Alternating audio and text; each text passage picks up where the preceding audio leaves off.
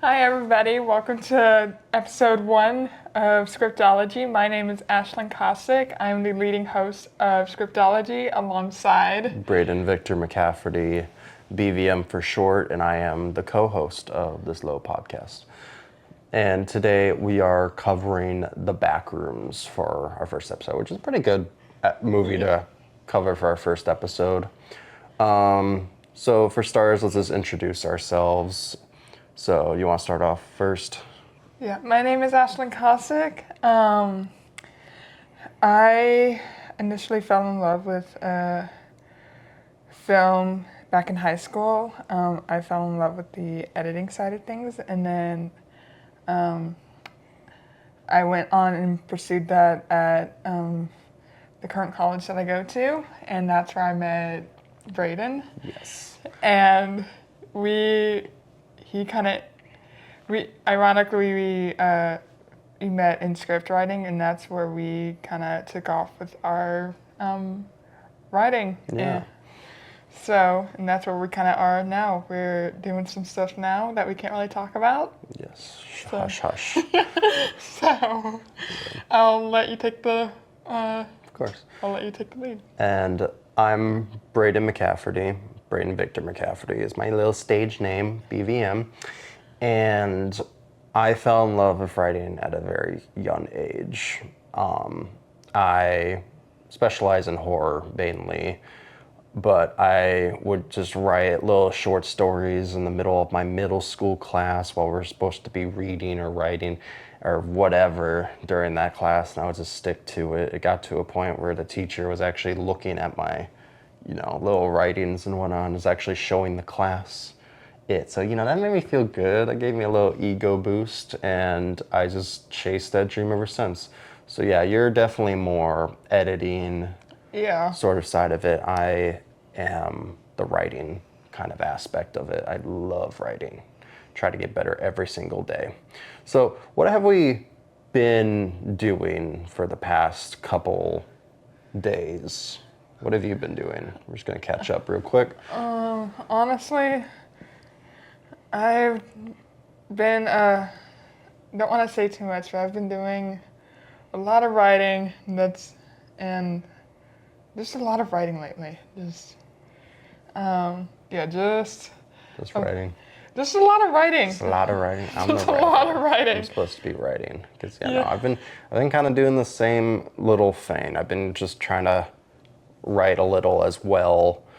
To doing some short stories because I'm actually working on a full-length script with Ashlyn, but we cannot say much about just yet. I've been working on more of the short film side of things. Yes. So I've been writing couple of short film scripts on the other side of things. Yes. And I mean, that's kind of it. So let's get into what y'all want to see, the Backrooms that we watched recently alongside a bunch of other movies for starters, like Is God Is, which we will cover eventually. Power Ballad we watched a couple days ago. a couple days ago. So we'll get to next episode. Yeah, Power Ballad is what we're doing next episode. But we watched Backrooms a week and a half ago. Yes. And we watched it in a crowded movie theater, and it was good. It was great. Kane Parsons directed and wrote, or no, he didn't write it. He had a screenplay writer. Well, Apologies. He developed it himself. He did the web series, and then he put it into pre-production. Like I say, pre-production himself, and then he had to go and ask for the studio and all that, which was I think A24. Yeah. So Kane Parsons is, of course, it's kind of a meme now where, he's 20 years old. In fact, he's actually turning 21 soon, I think, and that's just a couple days. So happy birthday, Kane Parsons! Happy birthday! Happy belated birthday at the time of recording. And so yeah, he's been in this industry for a long while. I personally haven't watched any of Kane Parsons, web series or whatnot. But I think that's what made the movie so great was... And I actually went into this kind of the same way. I knew of the Backrooms, but knew nothing really about the lore. I knew of Backrooms was, so I kind of went in I went into this going completely blind. Yeah, me too. I had a sort of idea of what it was, and I was met with very great expectations. I had great expectations going in about what the film was going to be, and yeah, no, it was a really great film. It was really great. Because Backrooms kind of had I would say almost like a Trevor Henderson effect. And when I say that, it was, you remember Siren Head?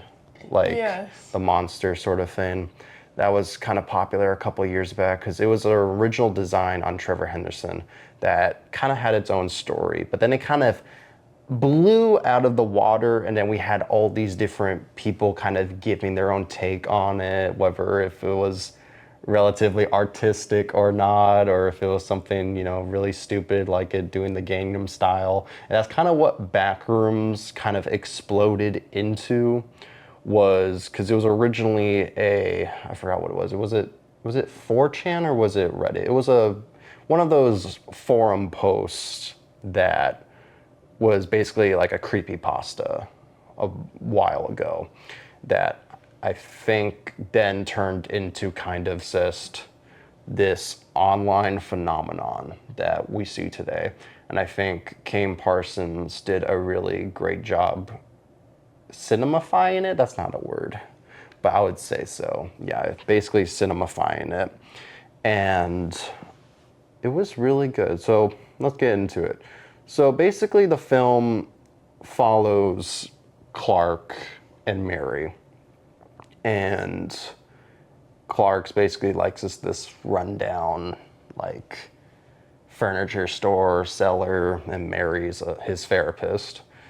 And they are really good characters to kind of dissect into. Really good characters to dissect to. And we kind of see, because the film was kind of just a lot about Clark.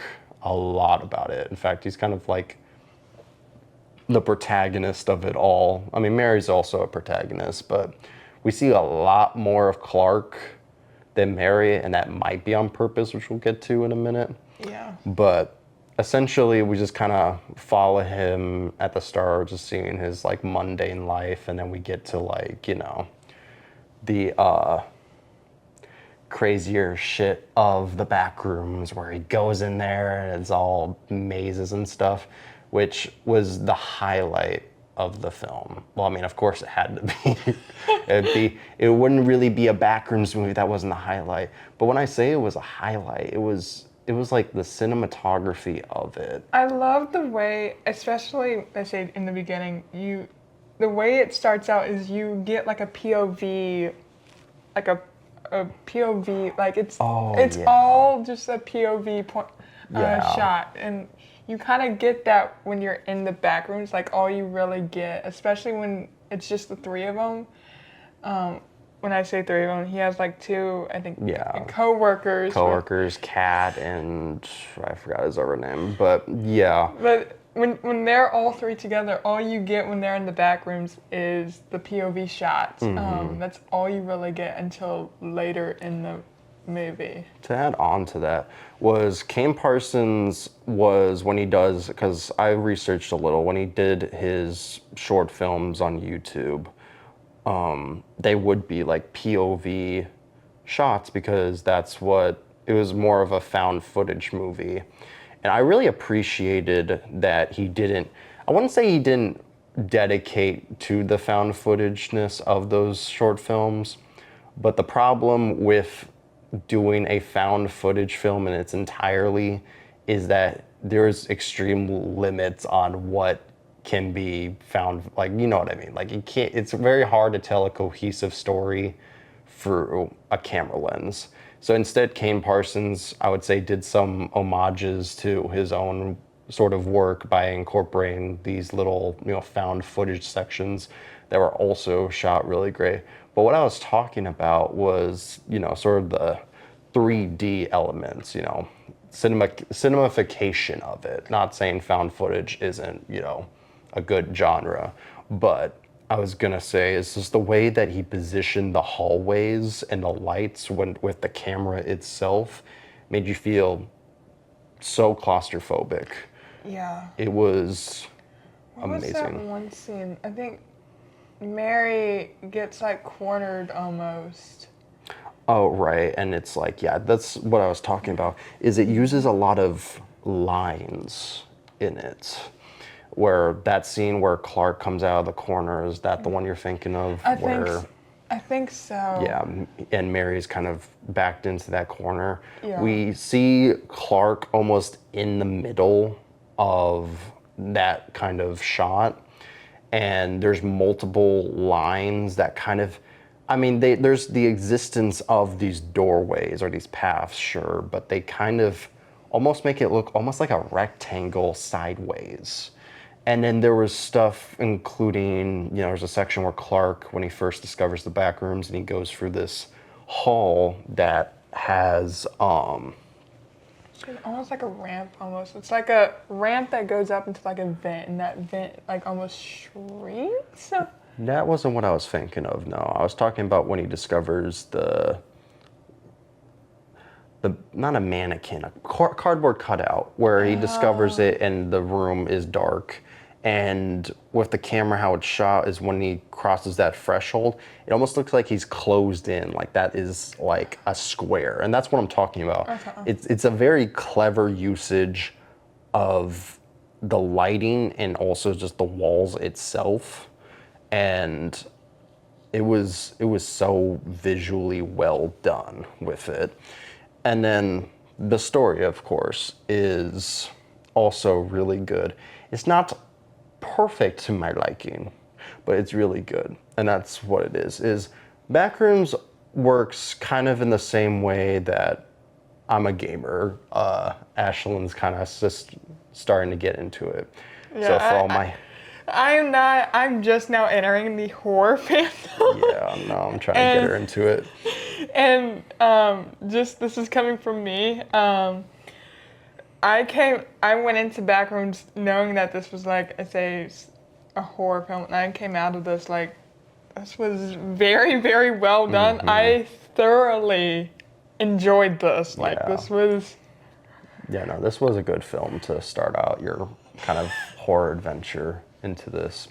But for all the gamers listening in, this was almost like Silent Hill 2, where everything in the back rooms kind of acts as almost an allegory for something else. And the film kind of tries to touch up on it, where especially of Clark's character, who is basically not only a workaholic and an implied domestic abuser to his ex-wife, and also just has no sort of credibility or any responsibility for himself. And we kind of see it in later scenes. But just with the Backrooms in particular, with how it shows himself, in it, it's basically the film that we got from it, I would say, is it's kind of an allegory for, I would say habits in general, just habits or are just our own self-perception of it.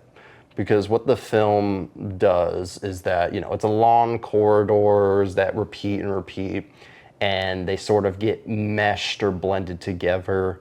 And what the film tries to say of that is that these halls are basically sort of like misinterpreted or misremembered sort of areas from somebody's conscious. As the film says multiple times, just to iterate that point home, it's like describing a dog to someone that hasn't seen a dog before and asking them to draw it, right? Yes. And it really ties into Clark's character that I really enjoyed, where we kind of see just his. There's so many things of Clark. This is why I mean why it's like such a really good character study, is that we kind of see him and his complete disregard for not only himself, but also just his coworkers who eventually, get in the movie. We see kind of his self-spiral into, just self-destruction near the end. I honestly didn't believe that was Clark in the beginning because I had someone next to me sitting in the theater saying that they said that's not Clark, and I'm like, wait, what do you mean that's not? I'm like, in my mind I went like, what do you mean that's not Clark? Exactly. We're being in a theater with a bunch of people. Everyone loves to give their little thoughts about it instead of keeping it in their head. They just say it out loud when we're watching the film. Like, okay, thank you. So in my mind I went like, what do you mean that's not Clark? I didn't hear that, but like I knew it was Clark. It was more like a whisper. But yeah, so we kind of see just Clark's kind of like self-destruction at the very beginning, because I think that was kind of the perfect way to do it, because that's my least favorite thing about people critiquing horror films. It's like, why would he do that? Or why would he do this? But with Clark, it makes sense because he's essentially just depressed. He not only hates everybody, sort of, I wouldn't say hate, but he self-loathes a lot. He's a real downer of a man. And we see that throughout the film, and that's how the whole Backrooms thing started, because, any other person would reasonably be like, absolutely not, no thanks. I'm not going in there.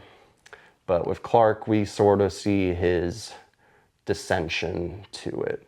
And I think that really applies to the end of the film. The climax that we do see is basically a recreation of what I was talking about, where he basically, for people that haven't watched Backrooms, and it's like, why are you watching this if you haven't watched Backrooms yet? Go watch it. We'll still be here, just pause it. Yeah, go watch it. But essentially, his ex-wife kicks him out of the house, and it's very much clear that Clark is an unreliable narrator. In fact, we kind of see it through when we get the sections with Clark's, not exactly POV, but with scenes of Clark, where it looks like he knows a little more than what he leads on to his coworkers when they eventually do help him in kind of the midpoint of the movie. But essentially, he kidnaps Mary and forces her to basically recreate, the night that his wife sends him out of the house. And we see it not only through, their perspective, but we see it through what they call the still lifes, which are basically kind of like the Backrooms' rooms, where they're basically remembrances of what was before, but like mixed up. Like the film says over and over again, it's like describing a dog to somebody that hasn't seen it and asking them to draw it. So we kind of see that, where basically there's a still life of his wife that goes in to there that is basically afraid of the still life of Clark. And I forgot, we haven't even talked about Pirate Clark, good old Pirate Clark. No, and this is where it kind of gets creepy. Well, it was already creepy. Were you not creeped out by it before? No, I was. Maybe not creeped out, but I'd say intense. Creeped out wasn't the right word. It wasn't intense for you before? It was intense. It was creepy and intense. I was sitting there like... Were you sitting there with your eyes closed? Okay. But anyway. Okay, so disregard. Disregard it, okay. No, I wasn't sitting there with my eyes closed. Like, I was watching all that happen. Mm-hmm. And it was a very intense scene. Yeah. It was. But Pirate Clark is basically, this is what I mean when it kind of becomes analogies for certain things, kind of like Silent Hill is there's this entity that stalks the Backrooms. In fact, that's what the POV shot that you were talking about at the beginning, that basically kills one of the, what are they called? Those government workers, but I forgot the exact government name. Sorry, Kane. Sorry, Kane. But essentially, Pirate Clark is this giant sort of creature that is supposed to be his, well, outer self. It's what people remember him as through commercials, because he is essentially a pirate in his little commercials for this furniture store that is obviously not doing well. In fact, someone made a really good point when, this is completely a random tangent, but someone made a really good point that it's kind of redundant to mark off furniture so low, because it's like people that buy furniture are, because it's not like a steady business, you know, it's not like everyone's going to come to buy furniture one day. It's going to be people that actually need it, that are actually going to be willing to pay the full price of furniture.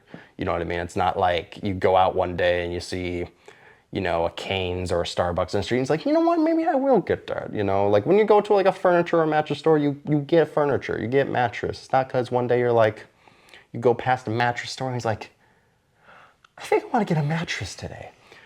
Which kind of also makes me wonder if that was also intentional, where Clark is basically kind of digging a hole deeper. And honestly, it might have been where he just kind of tries to self-loathe with himself, because that's essentially Clark's whole character. He's kind of pathetic. He just, like, he kind of digs his own hole, essentially. But anyway, if Pirate Clark, he's essentially this outer version of himself that is basically his little mascot character, but disfigured and giant. And in this scene where it's basically his house with all these different still life in it, we see not only, you know, his wife's reaction to the still life, where she basically just tries to run out of the room but just can't leave it, and that also kind of implies that, you know, kicking him out was the only option.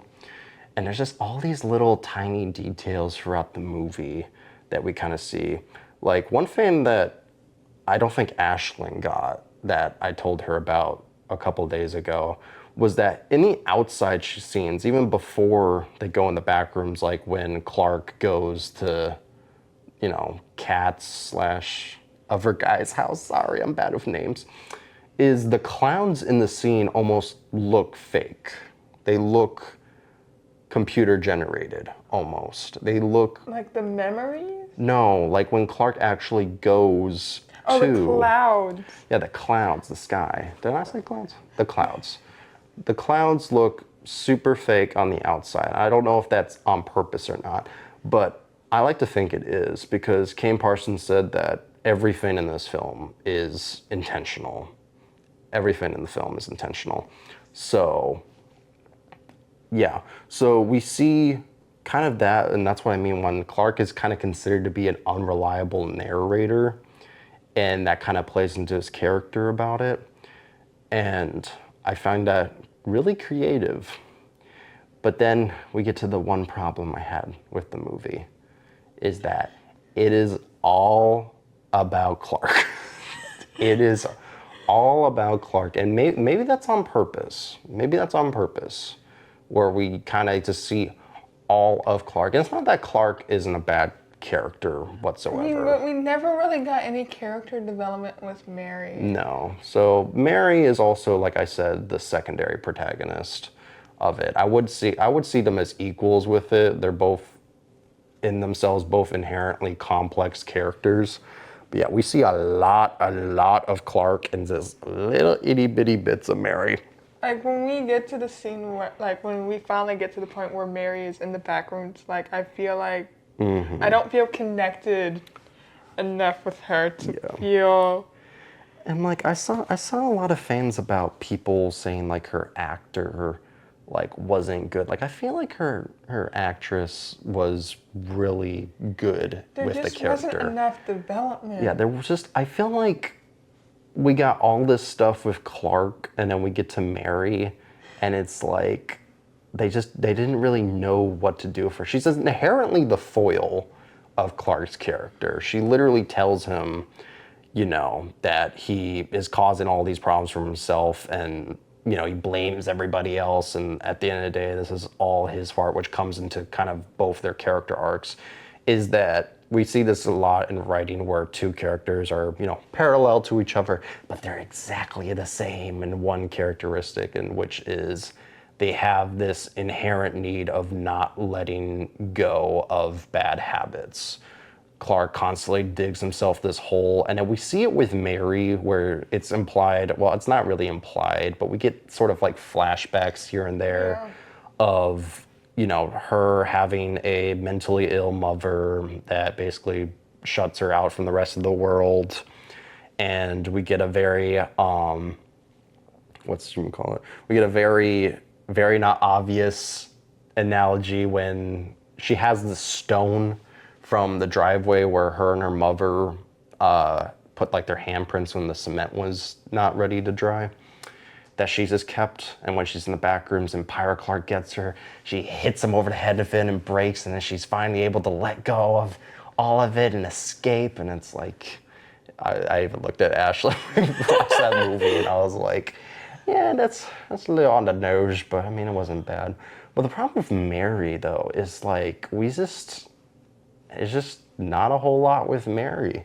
And it's not the fact that I don't find Mary to be an uninteresting character. It's like I wanted more of Mary, not just inherently, you know, just not just on paper, but also like, I liked Mary. I want more of Mary. Everything's about Clark. What about Mary? What about her? You know, what about Mary?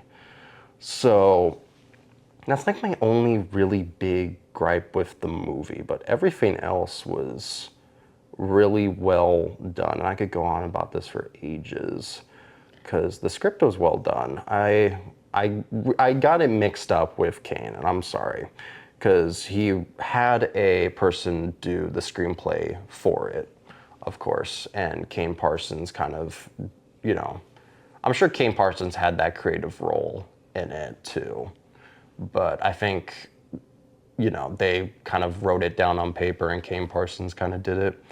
I won't say for sure because I'm not in that room with Kane Parsons, but I was gonna say, overall though, like, I think the script for this movie was really well done, and we haven't even touched the surface of it. I want to dive in deeper on, you said, like, we've been talking about this for a while, that I saw something on Instagram that King Parsons, like, he said something that he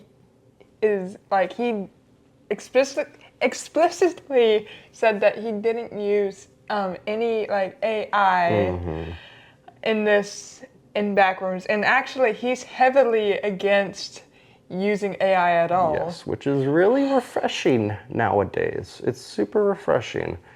He had a bunch of interviews. I forgot who with. In fact, I think we're going to need to get sources now. We're going to need to get sources for our next podcast. But just footnotes version, he doesn't believe in AI for film. And it really shows for this film, because this film was very creatively done. And that's also the aspect that we're seeing now in film that we're going to cover about more in the next couple episodes, is this insisting little gnat that flies around that is generative AI and just AI in general trying to creep itself into creative projects. Because not only, you know, just nobody wants it, it's not ethically good anyway, it's also just the product itself is just bleh, it's just bad. Yeah. So I really appreciate just Kane doing that, because, you know, we see all these other kind of, you know, high valued filmmakers kind of fall into that same trap. And, you know, it kind of reminds me of like every single thing that, you know, higher ups, billionaires try to tell us that are inevitable. You know, they told us that NFTs were the new future, and like, what are NFTs at this point? They told us that metaverse was the future, and what did that happen? And it's like the same thing. We get this almost every single like 3-4 years, where it's like, you know, like, oh, this is going to be the future, so there's no point and disregard it, and that's just kind of flumps, which I'm kind of hoping is going to happen with this. Is it's just going to kind of just die out eventually. But yeah, so this would be about the point that we talked about scripts. We're going to be acting out scripts, but unfortunately, we do not have any scripts for y'all just yet. But we have a Discord server in which y'all can send out your scripts, and we will act them out and give little critiques for it. So if you have any scripts and you're listening, join our Discord and we will get into it. Please, we are open to any sort of script that y'all send in. We're begging you, please. We're begging. Just give us anything, please. But what's the next section? What's the next section we got? The next section is, if my phone will load, how we perceive filmmakers in the film industry. Yeah, and I guess we can just talk about Kane Parsons himself. I mean, we briefly kind of touched on just the film in general, and I was gonna say that's his like footnotes can version. we talk about? He's only 20. Yeah, he's only 20. You guys have probably seen that everywhere. He's only 20. He's only memes. 20 years old. All these memes about it. Yeah, like I said, he's not gonna be 20. He's gonna have to find a new. He's gonna have to find a new gig. He's gonna turn 21 in just a couple of days. It's this month. I think it was June 16th is when he turns 21. We're shooting on June 13th, so when this episode comes out, then yeah, this is probably gonna be his 21st birthday. And at that point, like, your grandpappy age, like, I'm sorry, you're 21. Like, join the club. Yeah, you're 21. Like, I'm gonna be 21 next year. I'm gonna have to start wearing canes and start wearing khakis. And Look, please don't make me feel old, because I'm already 21. I got back pain already. It's not fun being an adult. It's not fun, but... You want to endure the pain that I'm already enduring? 'Cause I'm not saying I'll enjoy it. I'm just saying, like, it's gonna happen, unfortunately.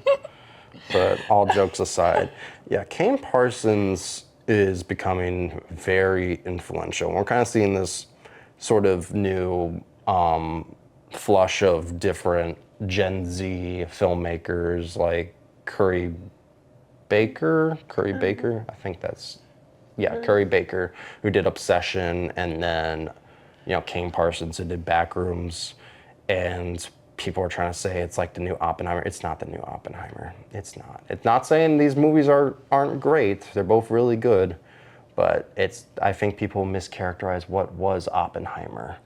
But regardless, we're seeing a new influx of directors, which is exactly what we needed. We need more, you know.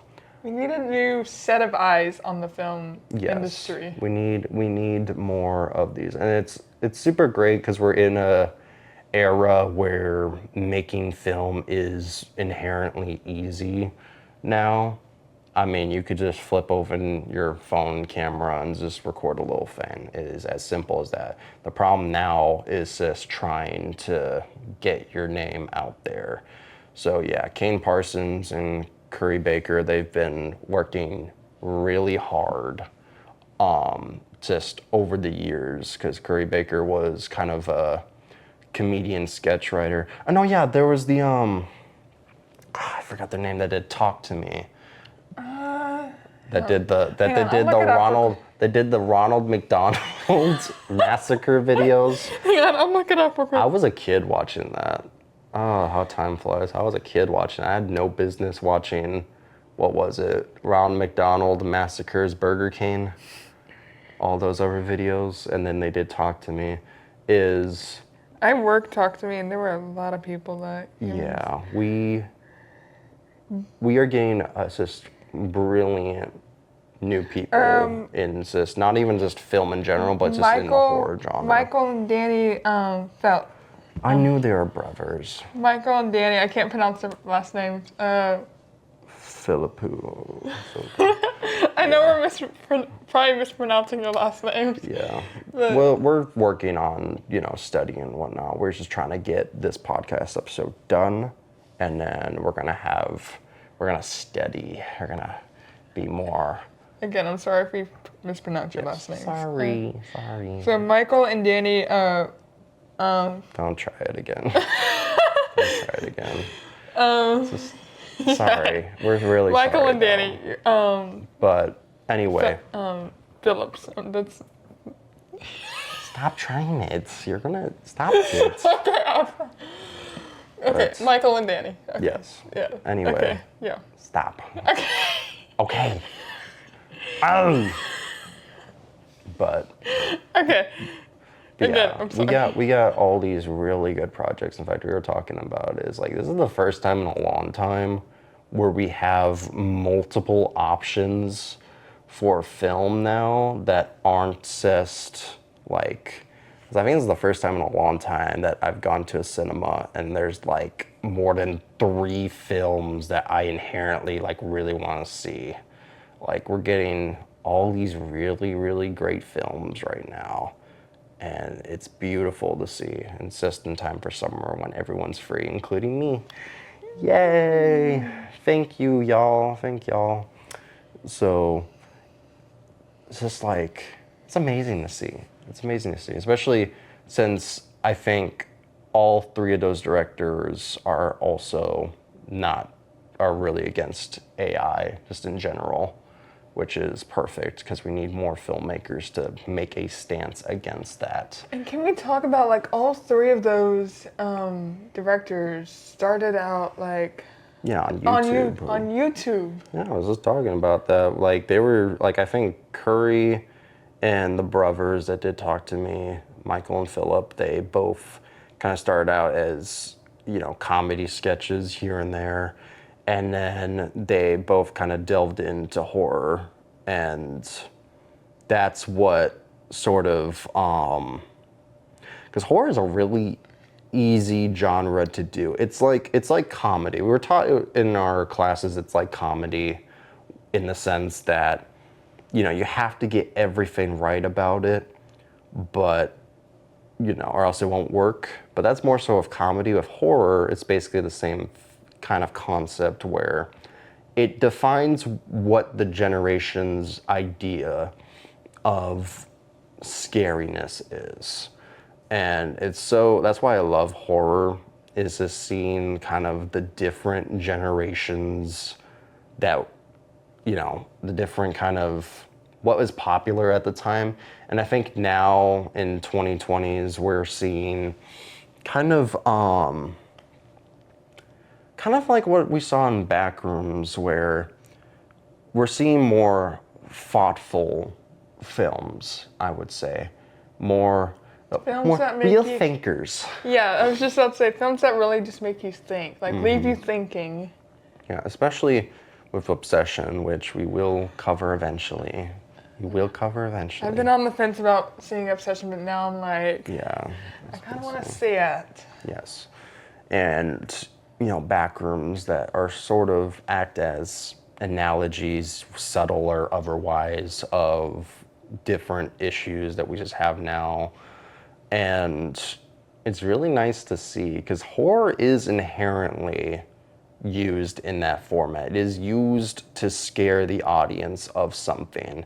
And not to say, stuff from 30, 40 years ago wasn't also thought-provoking, but we're focusing on, because the real life's scary enough as is. So we're even in films now, we're incorporating more so instead of, big slashers or boogeymen or monsters. We're just seeing kind of just regular people like Clark or Bear in Obsession that are basically just parallels to what we see in just real life of just, people that are just not really good people.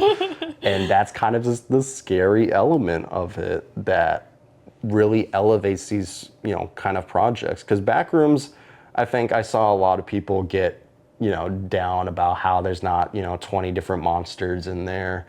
And it's like, what the real monster is? Us. It's us. The people that are actually in it's a main protagonist is the monster. Is the monster. Quite literally, because literally Pirate Clark is almost exactly like Clark. He is essentially, like even when Clark inevitably dies, it's, Pirate Clark eats him And it's supposed to, and like that's what I mean, is a lot of this film can be a little very in your face, but Pirate Clark literally eats him. And that's basically its way of being like Pirate Clark is the embodiment of just his abusiveness and also just this inner hatred for himself that we see. And it quite literally eats him alive, you know? And that's what I mean, is that Pirate Clark is not the central focus of the film. I mean, he acts as an antagonist, like an antagonistic force. There we go. Antagonistic, and basically for all intents and purposes, you know, we're seeing creative ways to show protagonists not just being the good guy protagonist that we see. We're leaning more into that. I say kind of that Anti-hero. No, we're not seeing. No. Are you saying no? What were you saying though? I was gonna say I don't. Okay, maybe not anti-hero, but kind of. I want to. I say maybe. I don't know how to explain. I was gonna say because anti-hero has definitely been misused for a very long time. I don't even agree with the like textbook definition because I looked it up. It's not even anti-hero. It's more like. Because yeah, anti-hero is like, you know, like a hero that definitively does good things by the book, but also doesn't. And we see stuff, and I see people calling like, you know, Tony Soprano and Walter White anti-heroes. They are not anti-heroes. They are just bad people. In the same vein of like Clark and Bear, they're just bad people. So it's honestly like its own unique term with it now that's coming in. Because anti-hero is like, in my definition, almost like classic Lara Croft and Deadpool or Punisher, where they aren't exactly hierarchies of, you know, morals, but they aren't necessarily, you know, comically evil or whatever. And it's kind of a thin line between what is considered just a villain or an anti-hero, because, you know, people call Bear and Clark villains, and there's no doubt about that. So we're kind of seeing these new terms kind of come up to describe these characters, because by all means they're complex. They're not comically evil, but they are most definitely, you know, some level of evil, whether that is on purpose or out of habit, because that's what the film is trying sort of to imply, is that it gets to a point where Clark just doesn't want to change. He just doesn't care to change whatsoever. And it quite literally just eats him alive. He's aware of it, but, you know, he doesn't want to take that change because he just, you know, he just hates himself that much. And it quite literally eats him alive, both figuratively and literally. I was gonna say, nice tasty Clark sandwich. And yeah, and that's also what the film kind of talks about, is it's like self-image and how others perceive us, is because we see it from Clark's perspective, but we don't really see it from other people's perspective besides just Mary. And, you know, Clark's scary near the end, just inherently. Yeah. He's just, you know, he's eating the still lives and whatnot. And, you know, Ashlyn was looking away at that. And that's one thing I cannot handle is like. You just can't handle people eating each other. What's wrong with you? What? You don't want to watch people eat each other? I can't, like, certain amount of like I can handle, like, I honestly thought I would see blood, like. Yeah, no, it just honestly looked like, you know, maybe Clark's onto something. Honestly, it looked a little tasty. It was like a little white cotton candy sort of thing. I think it's supposed to be stuffing, but it honestly. I still wouldn't eat. I would try it. I would try it. I'll let you do that. You'll let me do that? Okay. All right. That's fair. All right. And then what's our next segment? We're working on this. Why? All right, so this is the section that we do kind of near the end that I pitched. And I like to call it, Thank God You're Not a Writer. And we kind of go over sort of stuff that we see online with the film and whatnot, and to see how like it wouldn't work, or that's just kind of like a dumb complaint. And maybe we'll find something that is a good complaint.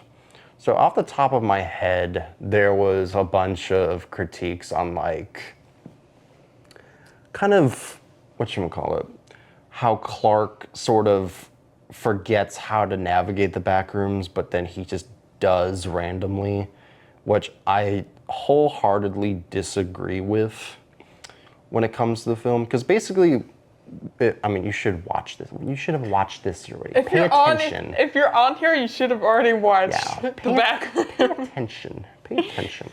But essentially, Clark, he gets lost in the middle point of it, and we switch to kind of Mary's perspective. But it's implied that, Clark finds his way out of basically being lost and kind of willingly chooses to be there, especially later when he calls Mary. So it's either implied he actually got out or found a phone. I would like to think that he just got out and just kind of went back in and just found his little space to be in, especially after that mural scene that is where Mary gets, knocked out and just carried to the house.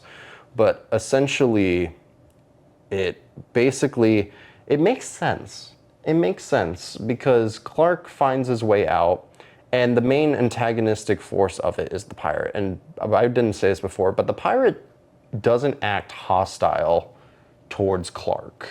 It's implied that he and him kind of have a, what's it called, where like two kind of, not like a friendly, bond with each other, but kind of like in nature where it's like, I help you, you help me sort of thing. Yeah. Like those little fish that eat the barnacles off sharks and whatnot. I can't remember what they're called.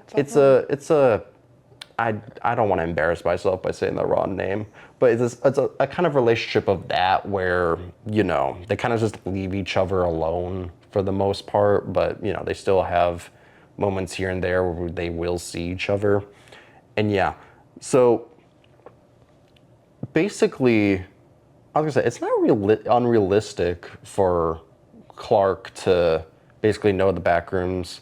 For that section, sure, where he gets lost in that little ramp area that we see, but otherwise, like, I don't see. It's almost like y'all should be watching, paying attention. I was gonna say that wasn't really like a horrible complaint. Do you have any like complaints that you've seen from it? I mean, I haven't seen any complaints or anything on it. Yeah, and then there's also the fact that I've seen people like. And that's also the fact. I've seen people talk about it, but I haven't seen people actually kind of saying it. I mean, there's a few, but those are just rage baiters and Instagram comment sections trying to, get likes and whatnot, or comments, boost the algorithm up. That is basically people thought that, the Backrooms was going to be kind of like the games and all these other things that came out of it. And that's kind of what I started out with, is it almost kind of transcended itself through pop culture, where it's not like a single IP, like a company. It started off kind of as, I'd say, kind of like a myth, like an internet myth. That turned into multiple companies handling, backroom stuff. There's like more official stuff like Puppet Combo that makes little horror games that made their own horror game that I haven't played of it yet. And then silly stuff like Gmod, where, we see Kanye West PNG chase you throughout the halls. Yeah, Ashlyn has no idea what I'm talking about. No, I don't. She thinks I'm spouting nonsense. But we kind of see that in it, and I've seen complaints that people watch that movie expecting that, but honestly, I don't think they really did. I mean, I'm sure somebody did if they're maybe like 12 years old, but even with my lack of knowledge of just everything Backrooms, I kind of had an idea that it was going to be like Silent Hill-esque, It was going to be a thought piece, a character study, not whatever some people allegedly think that it's going to be, Josh Hutcherson whistling PNG chasing you throughout the halls. Like, Ashley has no idea what I'm talking about. But yeah, that's like the only few complaints I've seen from it. Oh, there's also that is a good one, is that people don't believe that Kane actually directed the film. That's a good one. I'm glad I remembered that. So yeah, I see a bunch of like kind of older people that are in the film industry that are just, there's this like, there's no way Kane Parsons has done it. And even the actor who, I forgot his name, pardon us, we need to study more. I will admit that, we need to study more on this. But he was in Creep, that played the scientist in certain parts. I also forgot his character name. See, I'm just bad at names in general. No offense, please. Please don't judge us in the comments in the comment section. Please Well, don't. judge Ashlyn, not me. This is her show. But anyway, so basically he made a whole like post just talking about like, Kane Parsons just did it himself. And, and he even took reference from just other younger filmmakers that he saw, directing and whatnot. But like, still, like even then he was like, Kane Parsons did it. And it's kind of fascinating to see, this is probably the more meaningful thing that I've seen out of all these complaints, is just the lack of recognition towards younger filmmakers, because there's a bunch of, younger filmmakers that are kind of getting sort of, jabbed by, older filmmakers because, they're getting their big break or whatever. And it's a little, sad to see that because it's not unbelievable that Kane Parsons directed this, right?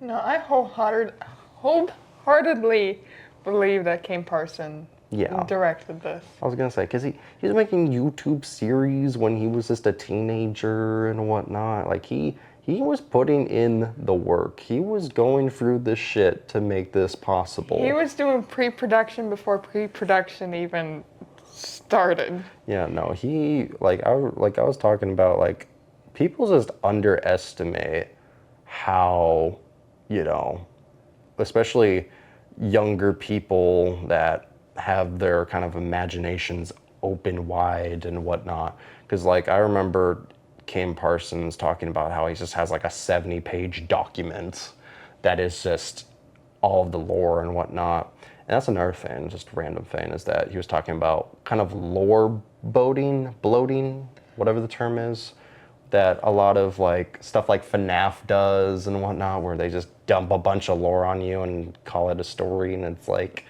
I mean, that's cool, but like, where's the movie? And I really appreciate Kane doing that, because that was like a minor concern of mine, was I wasn't going to get like the fundamental aspects of it between, like whatever the agency is and whatnot, because the film wasn't really about that. It wasn't really about, this background sort of like secret government that, kind of exists in the background of it.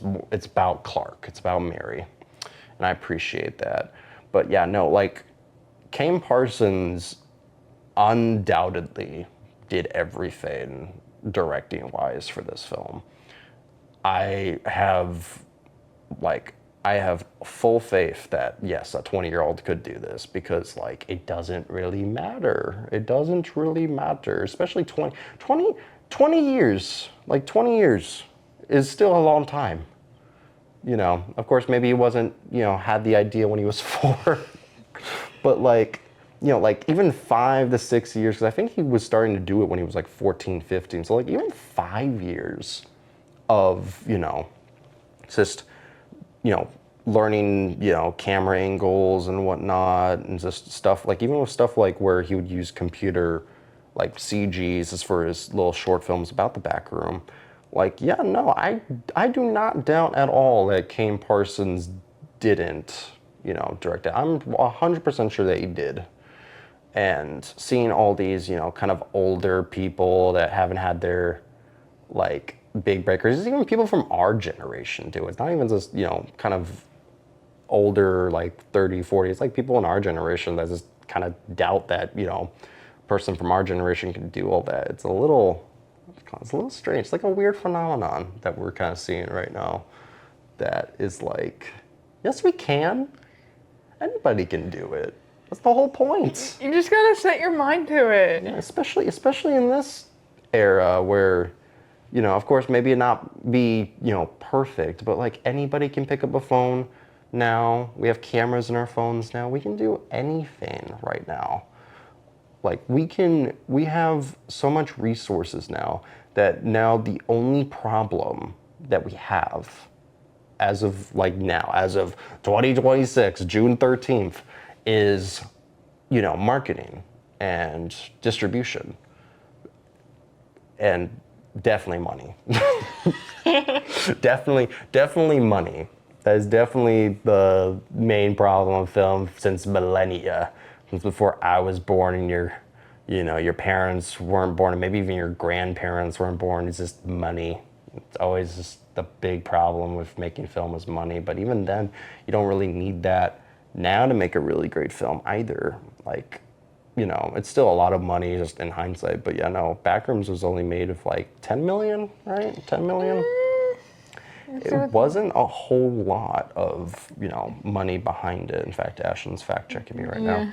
But it still wasn't a whole lot of money in terms of that. I mean, I don't know if that's included marketing and whatnot, but yeah, like we're in such a great era of this filmmaking. Maybe not the culture or whatever right now with Hollywood 10 right million. now. Yeah, it is 10 million.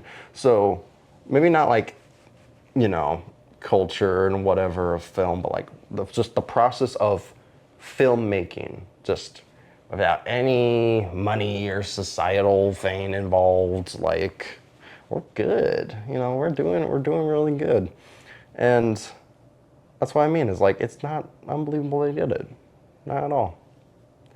Kane Parsons, I give you my stamp of approval. I doubt you need it, but just in case. You rock, buddy. You go. But yeah. So I was gonna say, you got anything else to add?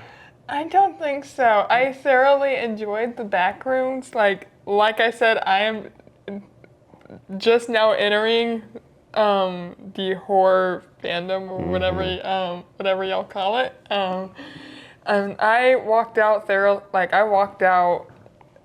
amazed. Like I thoroughly enjoyed the Backrooms. Yeah. So final rating. What would you give it? I give it an 8. An 8? Yeah, I'll give it an 8 too. I was gonna say I definitely wanted to see more of Mary. I think that's like my only real complaint about it. In fact, a film is really good when it's just about, like how they could have done it instead of like what they should have done. You know what I mean?